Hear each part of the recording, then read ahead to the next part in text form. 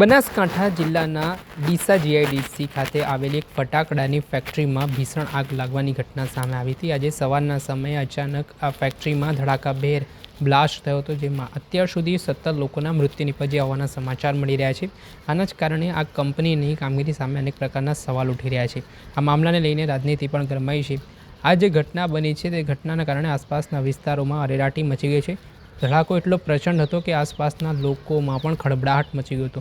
તાત્કાલિક લોકો ઘટના સ્થળે દોડી આવ્યા હતા, તો ત્યાં લોકોના મૃતદેહ છે તેમના ફૂરચા ઉડી ગયા હતા। આ ઘટનાના કારણે આ ઘટનાની જાણ સ્થાનિક પોલીસ, ફાયર બ્રિગેડને કરવામાં આવતા સ્થાનિક પોલીસની ટીમ, ફાયર બ્રિગેડ સાથે બનાસકાંઠા જિલ્લા કલેક્ટર સહિતના ઉચ્ચ અધિકારીઓ પણ ઘટના સ્થળે દોડી આવ્યા હતા અને તમામ જે શ્રમિકો છે તેમના મૃતદેહને હોસ્પિટલ ખસેડવાની તજવીજ હાથ ધરવામાં આવી હતી। આ મામલાને લઈને કોંગ્રેસના વડગામના ધારાસભ્ય જિગ્નેશ મેવાણીની પણ આકરી પ્રતિક્રિયા સામે આવી છે। તેમણે જણાવ્યું, જેવી રીતે ટીઆરબી ગેમ ઝોનમાં ઘટના બની, કેટલાક નિર્દોષ લોકો હોમાયા, તેવી જ રીતે આ ગેરકાયદેસર રીતે જીઆઈડીસીમાં આ ફટાકડા બનાવતી કંપની ચાલી રહી હતી અને તેમાં 17થી વધારે શ્રમિકોનો જીવ હોમાયો છે અને આ ઘટનાના કારણે જે તે જવાબદાર લોકો છે તેમની સામે કડક પગલાં લેવામાં આવે અને કોની રહેમ નજર હેઠળ આ ફેક્ટરી ધમધમતી હતી તેમની સામે પણ પગલાં લેવાય। કોણ અધિકારી આમાં સંડોવાયેલા હતા તે તમામ બાબતે લઈને તેમણે શું કંઈ આરોપ કર્યા છે તે સાંભળી લો। રાજકોટ ટીઆરપી ગેમિંગ ઝોનમાં લાગેલી આગમાં થોડાક મહિનાઓ પૂર્વે આપણે જોયું કે માસૂમ બાળકો પણ હોમાયા। એ બાદ રાજ્યની સરકારે જે સઘન તપાસ હાથ ધરવાની હતી કે કોઈ પણ ફેક્ટરી, ગોડાઉનો ગેરકાયદેસર રીતે ચાલતા ન હોય એવી કોઈ તપાસ હાથ ન ધરી, કોઈ પરવા ન કરી। એનું પરિણામ એ આવ્યું કે આજે ડીસાની એક ઇલીગલ ગોડાઉનની અંદર ફટાકડા ફૂટ્યા, ગેરકાયદેસર રીતે ફટાકડાનો ત્યાં સામાન રાખેલો, આગ લાગી અને એવું કહેવાય છે કે અત્યાર સુધીમાં માસૂમ બાળકો સહિત ગુજરાતના અને ગુજરાતની બહારના શ્રમિકો સહિત 17 લોકોના મૃત્યુ થયા છે। આ અત્યંત ચિંતાજનક વસ્તુ છે।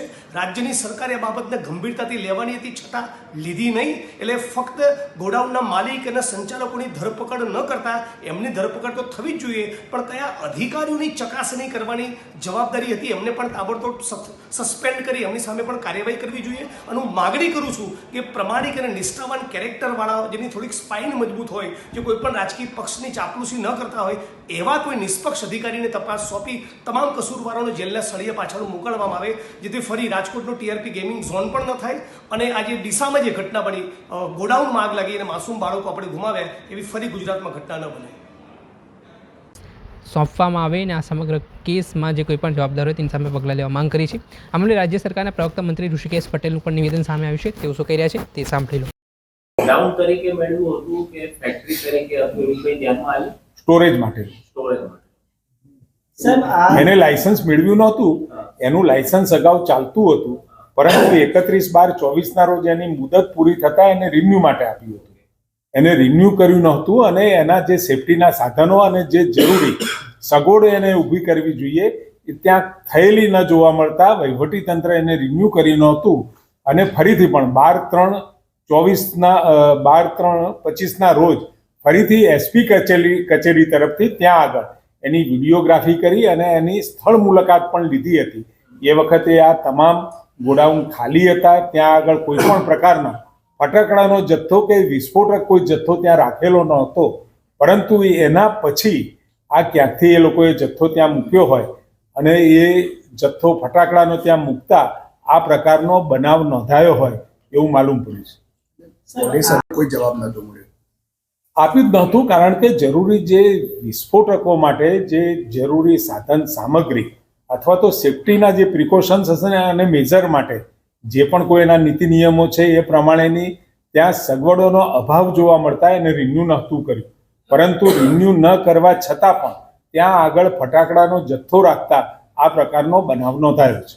દીપક પેરેસ સામે શું પગલાં ભરવામાં આવશે? અત્યારે એસપી શ્રી ત્યાં પહોંચી ગયેલા જ છે, ત્યાં આગળ એ ફરિયાદ નોંધાઈ રહી છે અને મારા ધ્યાનમાં જે છે એ પ્રમાણે 2 જણાની ધરપકડ પણ એમને કદાચ કરી છે અને બાકીના જે લોકો છે, જે માલિક છે દીપક સિંધી અને વગેરે, એ લોકો અત્યારે હાલ હયાત સ્થળ ઉપર અથવા તો ઘરે નથી અને દરેક જગ્યાએ એલર્ટ પણ જારી કરી દીધા છે, જેથી કરી અને ક્યાંય ભાગવાનો પ્રયાસ કરે તો સીધા હાથમાં આવી શકે। સર, આ જે ગેરકાયદેસર હતી આખી ફેક્ટરી, કેટલી ફેક્ટરીઓ છે જેના માટે હવે સરકાર કામ કરશે તપાસમાં?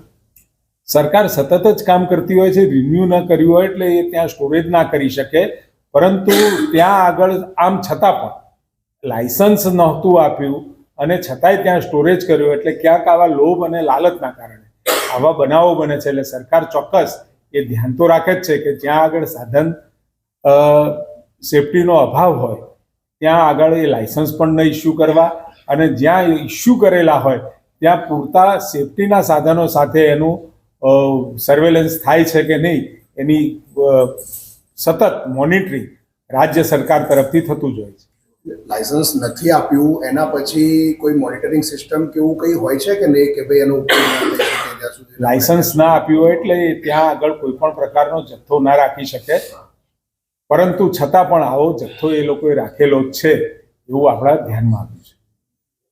ઓકે.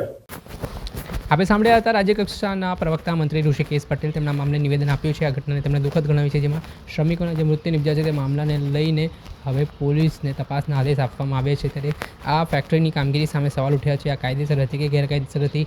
ગેરકાયદેસર હતી તો કેટલા સમયથી ધમધમી રહી હતી? તે ફાયર સેફ્ટીના શું સાધનો હતા આ ફેક્ટરીમાં? તે તમામ બાબતો હવે તપાસનો વિષય બની છે. દર્શક મિત્રો, એન્કવરેજ ન્યૂઝને આપ લાઇક કરી લો, સબસ્ક્રાઇબ કરી લો અને શેર કરવાનું